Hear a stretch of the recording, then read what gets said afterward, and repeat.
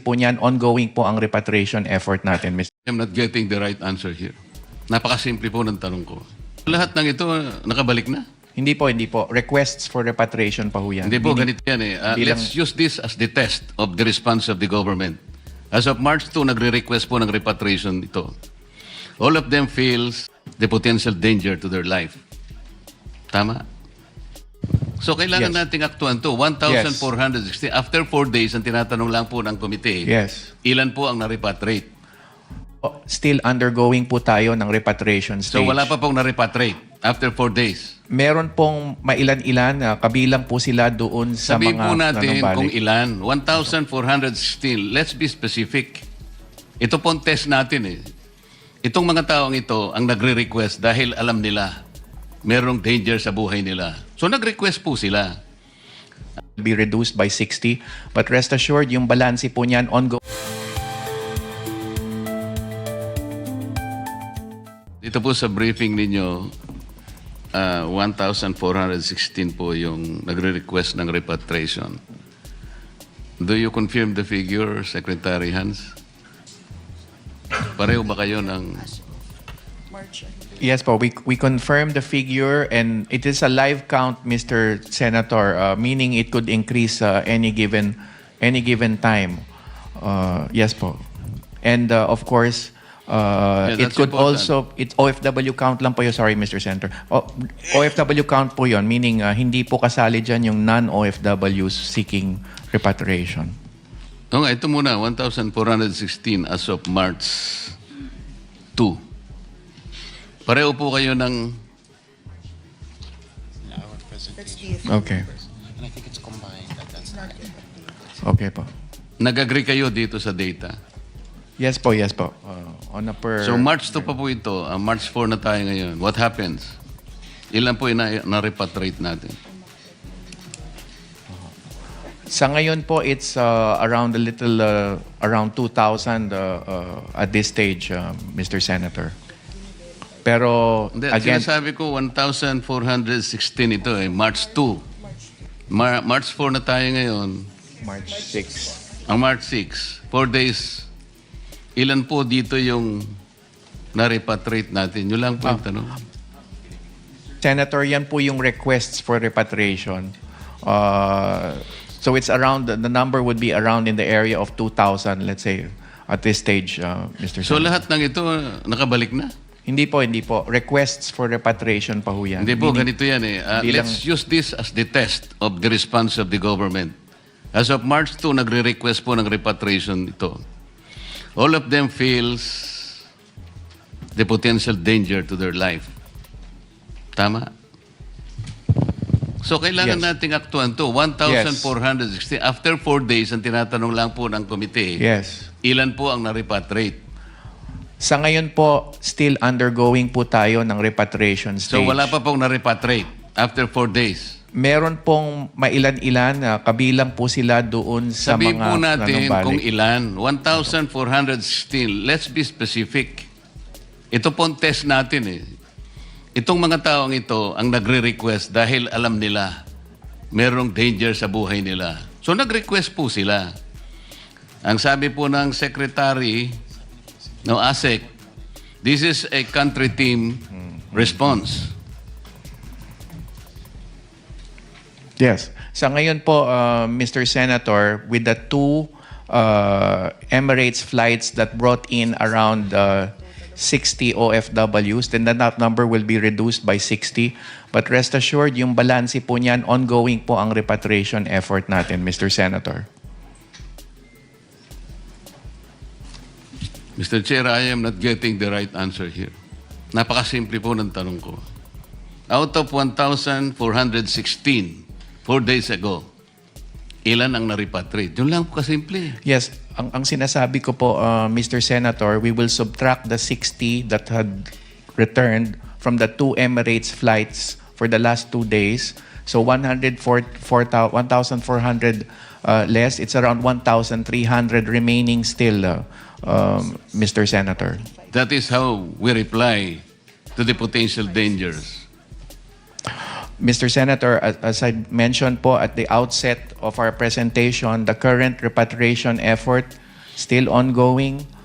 There are at least six fronts. Mr. Secretary, ang sinasabi natin, this is not yet the worst scenario. March 2, nagbigay na sila, nagpapagibik na sila, napapasaklolo na sila. This is one country team approach, sabi ni ASEC. Out of 1,416, 60 ang na-repatriate natin. This is not the kind of response. Mr. Senator, ang hinihingi lang ho namin ay konti pang panahon dahil Hindi, currently naintindihan ko we are po yun. we are Naintindihan ko po undertaking yun. the repatriation effort. We're crossing them over by land. Secretary, Sarado po. what I am presenting is a one-country approach. Hindi po tayo dapat mag-away-away dito. I am using this as a test kung gaano po ang level of response natin today. Kaya gusto nating hanapin yun. Wala pa po yung worst-case scenario. Ang sinasabi natin kanina, paano kung magkaroon ng worst-case scenario? For example, naging hindi na 1,416, naging 14,000 na kagad.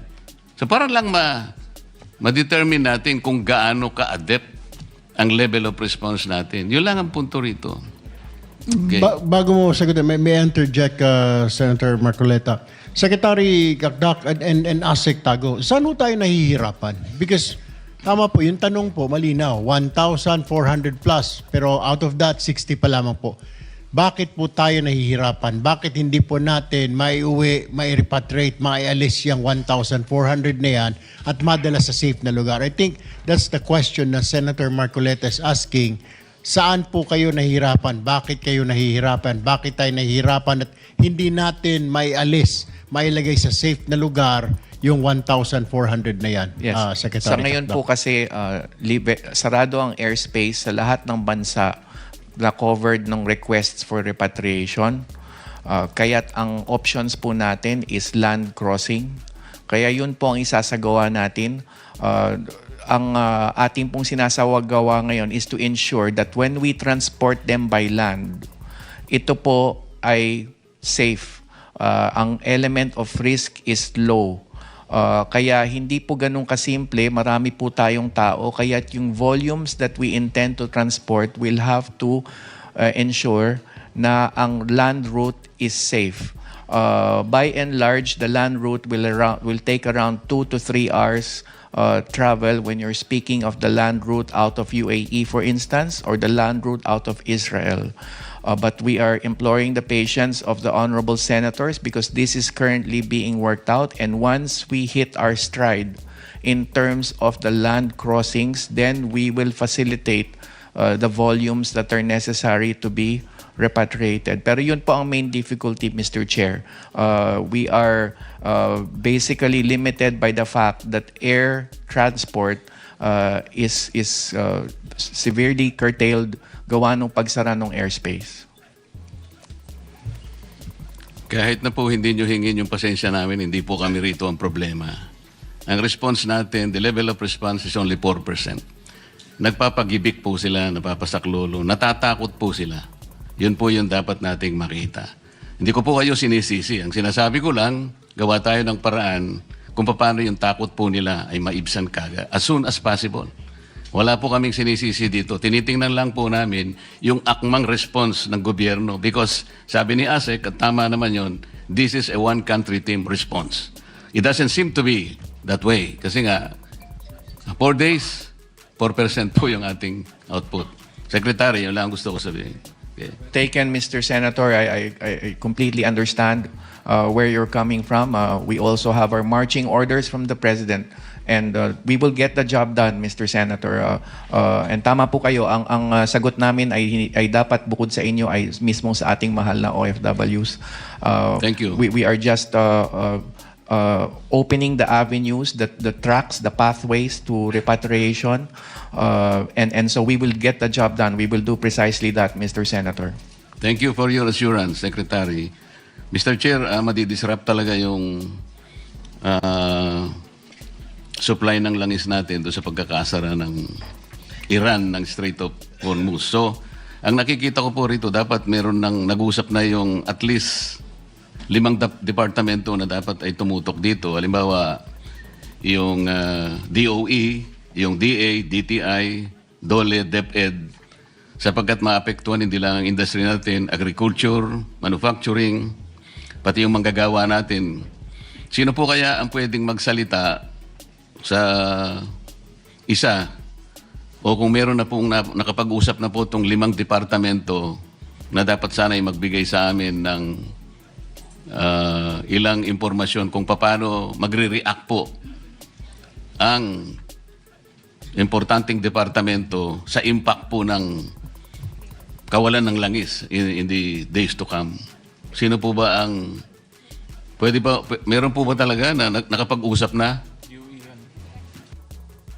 Siguro, Senator Marcoleta, DOE, o kung hindi, ito pong Executive Director natin ng Foreign Trade Service. Kaya, Ang akin po kasing expectation, Mr. Chair, dahil one country team approach, palagi sanang ganun, hindi yung isa-isang magsasalita dito, hindi ko naman makonect-connect kung paano ngayon magkakatulungan itong mga, halimbawa, yung siguro pinaka-chairman dito, yung DepDep, siya kasi yung planning, sa yung economic planning and development, pagkatapos, kukunin niya yung input ng DTI, ng DOE, at saka ng DA, DOLE, para sa ganun, isa lang ang magsasalita. Ito po yung approach natin. Ganito po ang gagawin natin.